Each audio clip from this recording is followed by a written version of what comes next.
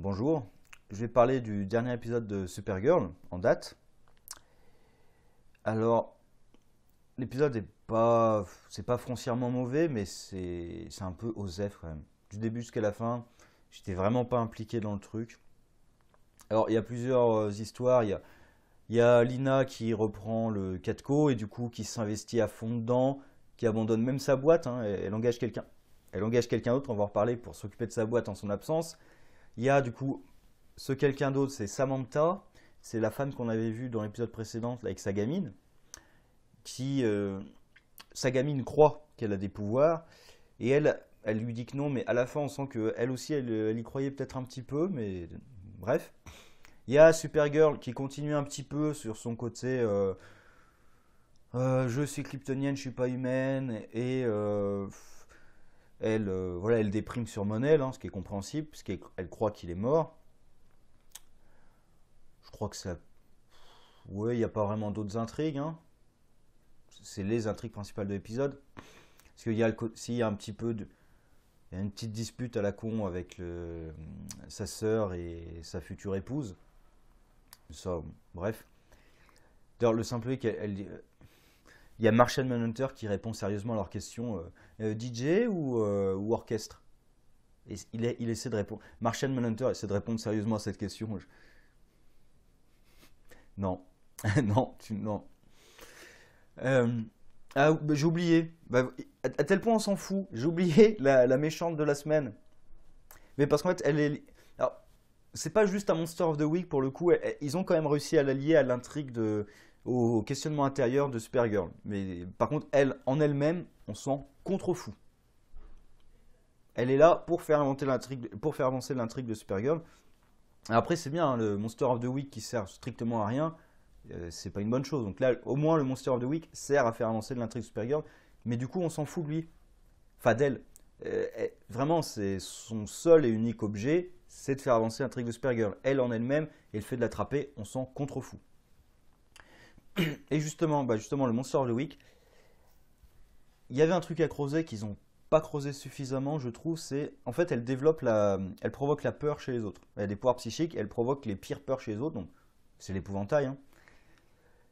Moi, le truc qu'ils ont pas creusé, parce qu'il y a une scène qui monte, c'est le côté un kryptonien qui a peur, mais vraiment peur phobique. C'est dangereux quand même. C'est extra dangereux. Et il y a une scène où elle le montre, c'est quand elle devient claustrophobe dans l'ascenseur. Parce que du coup, c'est rattaché à sa peur qu'elle avait quand elle a quitté Krypton, et qu'elle était enfermée dans le vaisseau toute seule dans l'espace. On peut comprendre quand même que ça crée de la phobie, hein. Et du coup, elle devient claustrophobe dans l'ascenseur et vraiment, elle s'envole en passant à travers l'ascenseur. Donc voilà, un kryptonien qui perd ses moyens, qui est contrôlé par la peur, avec sa super force, avec les yeux laser et tout, c'est dangereux. C'est un tout petit peu dangereux. Et c'est pas traité. Côté que peut-être qu'elle perd le contrôle de ses pouvoirs. C'est pas du tout traité. Il y a aussi un truc tout con, mais le Monster of the Week, elle pourrait l'arrêter en 10 secondes. Parce qu'au début, elle débarque dans la banque et elle commence à discuter. Tu sais pas quels sont ses pouvoirs. Tu sais qu'elle a mis tout le monde KO sans bouger. Tu sais pas quels sont ses pouvoirs.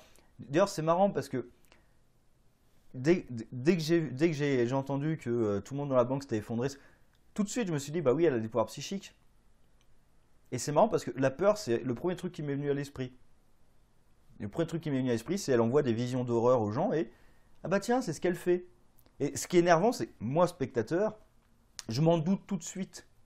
Eux, en plus, dans leur équipe, ils ont Martian Hunter, un psychique. Eux, ils s'en doutent pas une seule seconde. Le truc, c'est elle débarque dans la banque, super vitesse, elle lui met un petit taquet derrière la tête, c'est fini. Fin de l'épisode. Mais ça rejoint d'ailleurs ce que je disais sur toutes les séries de super-héros avec des pouvoirs, c'est si vraiment ils utilisent leurs pouvoirs correctement, il n'y aurait pas d'épisode. Parce que il faut les écrire correctement, les épisodes. Là, le fait de débarquer et de discuter avec le criminel qui est sur place, c'est complètement débile. Enfin bref. Et aussi, alors, la gestion des pouvoirs psychiques, au début, c'est bien géré, puisque juste, elle regarde les gens tombent de peur et tout. Après, il balance des espèces d'ondes de choc avec son esprit. et qui en plus casse des trucs. Il y a de l'onde de choc, elle casse la vitre de bagnole. Oui, c'est plus. Bon, je trouve ça un peu bizarre. Même au moment, carrément, l'onde de choc balance Supergirl à plusieurs mètres de distance. Bon, je trouve de la gestion de ses pouvoirs. Et un peu aussi, parce qu'elle contrôle la peur des gens, c'est un peu trop calculé. C'est-à-dire que par exemple, elle voit un bulldozer, et là, elle réussit à contrôler la peur du mec pour que le bulldozer défonce les bagnoles de flics. Et c'est un peu trop contrôlé. En vrai, la peur, c'est pas quelque chose que tu contrôles à ce point. Parce que là, vraiment, l'idée, c'est que son pouvoir, ça permet d'envoyer des peurs aux gens. Ou alors, c'est vraiment qu'elle réussit à contrôler la peur de façon très subtile pour réussir à lui faire faire ça, ça. Voilà, tu peux pas contrôler les gens à ce point-là. Ou par exemple, il y a des flics parfois les deux en même temps ont la même peur. Les deux voient des abeilles en même temps. Alors et encore une fois, quand on fait peur aux gens, c'est un des trucs de l'épouvantail, c'est les gens deviennent fous et ils se mettent, par exemple, ils sortent leur flingue, ils se mettent à tirer là où ils croient qu'il y a des monstres. Là, il y a personne qui devient dangereux à cause de la peur. C'est un peu dommage. Mais bon, là, tous les gens s'effondrent face à leur peur. Ce qui est un peu dommage. Et à la fin, Supergirl qui réussit à maîtriser sa peur, et l'autre, elle revient pas et tout. Enfin, elle réussit à maîtriser sa peur en fait. C'est juste sa sœur qui réussit à la convaincre que Monel est encore en vie. Sans preuve, sans rien. Je le sens, je ressens qu'il est encore en vie. Ouais, d'accord, enfin, t'as aucune preuve. Et ça lui suffit à dire oui, je pense qu'il est encore en vie, donc c'est bon, j'ai plus peur. Parce qu'en fait, il y a eu une inversion. Parce qu'au début, la peur est basée sur son départ de Krypton. Et ensuite, ça passe sur c'est moi qui ai tué Monel en l'envoyant là-bas. Je trouve là pour le coup j'ai trouvé ça assez mal géré parce qu'au début elle devient claustrophobe parce qu'elle a peur de Krypton et après il rattache ça au fait que oui mais en fait Monel était dans un pod, elle était dans un pod quand il y a le lien qui est un peu ténu quand même, elle qui était dans un pod quand elle est gamine, du coup sa peur en fait du pod quand elle était sur Krypton c'est lié à sa peur de Monel et elle nous sort aussi le truc de non mais les phobies, les crises d'angoisse c'est pour les humains, moi je suis kryptonienne.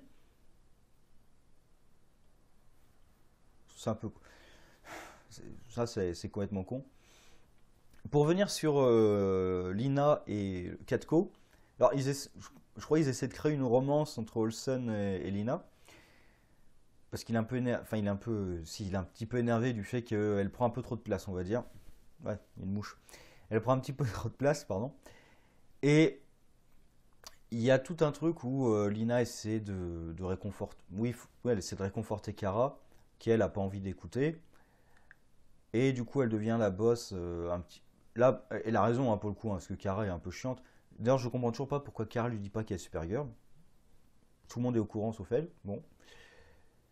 J'espère qu'ils vont pas créer du drama à la con quand elle va l'apprendre et du coup, ah mais tu m'as menti, tu m'as caché la vérité, nous ne sommes plus amis. J'espère. Hein. Je- je- Voilà, j'espère qu'ils vont pas faire un truc comme ça. Et Lina donc devient la boss un peu chiante, mais Kara le mérite, hein, clairement. Parce qu'elle. Et je comprends pas par rapport à l'épisode précédent. L'épisode précédent, Jimmy l'emmerde un petit peu avec le boulot, elle démissionne. Dans cet épisode, elle reste. Pourquoi est-ce que d'un coup, pourquoi est-ce qu'elle a à nouveau envie de travailler chez Catco? C'est pas du tout intégré dans l'intrigue. Je comprends pas du tout. Dans l'épisode précédent, d'ailleurs dans l'épisode précédent, on l'a même pas vu réintégrer Catco. C'est juste Lina qui lui dit ah bah reviens. Et du coup l'épisode reprend, bah oui elle est revenue. L'épisode commence aussi avec une scène où on voit tout le monde se réveiller. Donc la sœur avec sa future, la Samantha avec sa fille, donc on voit tout le monde heureux, et on voit Kara qui est toute seule, dépressif. Enfin, on la voit pas dépressive, mais voilà, c'est l'ambiance de tout le monde à quelqu'un. Tout le monde se réveille dans le lit avec quelqu'un. Samantha avec sa fille, sa sœur avec sa future, et elle toute seule dans le lit. Donc, voilà, on crée bien, vous voyez, elle est toute seule, hein. Elle est toute seule, elle déprime. C'est là aussi, un peu gros sabot là, vous voyez, elle déprime, hein, elle est toute seule. On a compris que Monel lui manque, quoi. On a compris. Et la dernière, Samantha. Alors, Sagami, tu crois qu'elle a des super pouvoirs. Et alors, franchement, je trouve. J'ai pas vraiment aimé cette partie.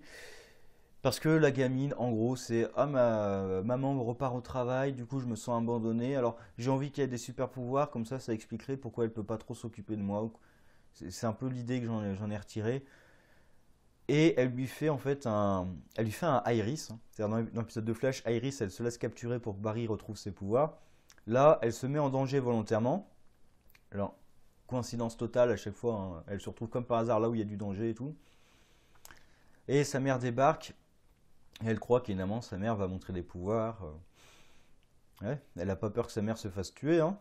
Enfin, elle déjà, mais sa mère aussi, hein, Et sa mère, elle a pas de lui dire que non, elle a pas de pouvoir, que c'était un shoot d'adrénaline. Bon, pourquoi pas? On n'y croit pas trop, mais pourquoi pas? Et à la fin de l'épisode, d'ailleurs, on voit que même la mère, elle a un doute sur est-ce que j'ai des pouvoirs ou pas, parce qu'elle essaie de tordre une barre de fer, un pied de biche d'ailleurs. Elle essaie de tordre un pied de biche, elle n'y arrive pas. Bon.